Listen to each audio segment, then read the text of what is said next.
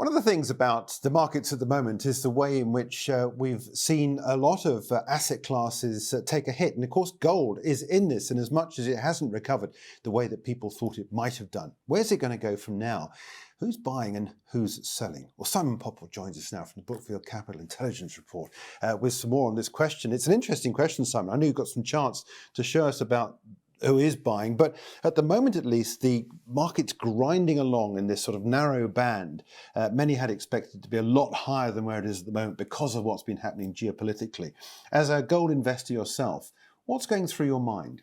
Well, I mean, like the market, I'm a little bit surprised it hasn't gone up as much as I was expecting, but I think that sort of actions speak louder than words. And if you look at what's happening certainly in China and Russia in terms of their reserves and buying gold, there certainly seems to be the demand for it, and so I think it is something that inevitably is going to improve. But I agree with you. For the time being, at least, it hasn't gone up as much as I was expecting. Before we take a look at the chart, I want to ask you a question about the gold price in relation to this idea that we've got an interest in the metal from certain areas around the world, most notably China and Russia. Why does the gold price not move up? When you hear about countries buying gold, why doesn't it positively affect the gold price? Well, I mean, with gold, you need to remember you've got both paper gold and physical gold. Mm-hmm. And paper gold is ultimately like fiat money. And so it's not 100% or anywhere close to that backed by physical gold. So there is an ability to use gold as a sort of currency. Right. So sometimes there are situations where you would expect gold to go up, but it doesn't go up as much as you'd think it would. But certainly if there was ever a clamour for sort of physical gold, then I think you'd find the price, move significantly. Well, let's bring that chart up now. Then that first chart that we got here, because you wanted me to show this because it says it all. You've got both Russian reserves, which are blue, and Chinese reserves, which are red, rising considerably, and continue to do so. Why? What do they know that we don't? Well, that's $1 million question, but. Here you are in, I was going to say black and white, but black, red and blue, that would indicate that, there's certainly a movement towards gold. The answer is, I don't know why, but it's certainly something that caught my eye. And I think that, people at least need to be aware of it. So this, just to be sure, this is bullion, this is the hard gold, this is the stuff you can touch. Nothing to do with the paper price. That's right. This is the tons of gold. This is in their reserves. Right. So, we're talking about, physical gold. So how does this relate to what's happening? Let's say if you want to realise your paper gold into something more substantial, and you go back to your bank and say, look, this is what you sold me, and I want to see the gold, and they can't get hold of it because Russia and China own it all. I mean, that causes a disturbance to the market. Yeah, I mean, I would have thought that there's enough physical gold in the system to deal with any claims that are put forward at the moment. But is that always going to be the case? You just don't know. So it's not something that I'd be massively concerned about. But it's certainly, something you need to keep an eye on. Let's go back to the gold price and take a look at where we are, because as we've said, some people had been expecting, yourself included, gold to be higher than where it is. But we do have this context of what's happening to the gold price from what happened previously. Explain more about this. And I want to bring up the second chart, because this shows where we are in that red line, the lower one, to the 1970 bull gains.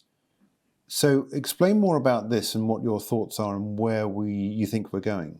Well, I think there's 2 points really to note here. I mean, firstly, COMEX gold, physical gold, has performed quite robustly when there's been a market correction. So if people just putting investment to one side, if people want to look at gold as a form of insurance, if history was to repeat itself, that may not be such a bad thing. And then this chart, I think a lot of people feel they've missed the boat in terms of the gold bull. In other words, it's too late to get in. Exactly. Yeah. But this chart, obviously, there's a big if. Does history repeat itself? As and we get the same bull market we did in the 1970s. But if we did, I wouldn't say you've got the best seat on the boat. You probably needed that in the early 2000s. But this chart would indicate that you haven't missed it. And so for people who aren't even looking at gold as an asset class because they think they've missed the boat, perhaps they haven't, and perhaps they should be looking at it. It's interesting, isn't it? We were warned 10, 12 years ago when the government started QE that this would give us enormous amounts of inflation coming through and gold will be the only place to go. And of course, inflation didn't pick up. History will tell us now that we look back and we find out that in fact, central bank interest rates have dropped. We've been paying money into the market. All of a sudden now we have this enormous amounts of inflation coming through. We're talking about 11% here in the UK, driven, I know, by some external factors which we weren't going to be aware of 2 or 3 years ago. What's happening in Russia, of course, and Ukraine pushing up oil prices. But we do have this big inflation coming through. So I guess that is all part of this argument that gold should in theory be higher than where it is, because we're always told at school that gold is a hedge against inflation. Is that still the case, do you think? And if that is the case, then presumably going back to this chart, there is upside to go. Yeah, I mean, it's you have to be very careful about making assumptions about hedges on inflation. But, if you look at gold in different currencies, the return has actually been pretty good. And what I do like about gold is, at the moment, I think debt levels are huge, and I think the view is, we have inflation, then you can kind of bring them down, and there's a certain logic to that. But if let's say you lend me £1,000 and I can buy 200 pints of beer with that, but then I pay you back £1,000. And you can only buy 150 pints of beer with what I paid you back, then you're going to be thinking, well, actually, next time I lend Simon some money, I'm going to lend him a much higher interest rate to make sure I've still got my purchasing power. And so I think that you may be able to get away with this once, but can you do it on a regular basis? I think it's unlikely.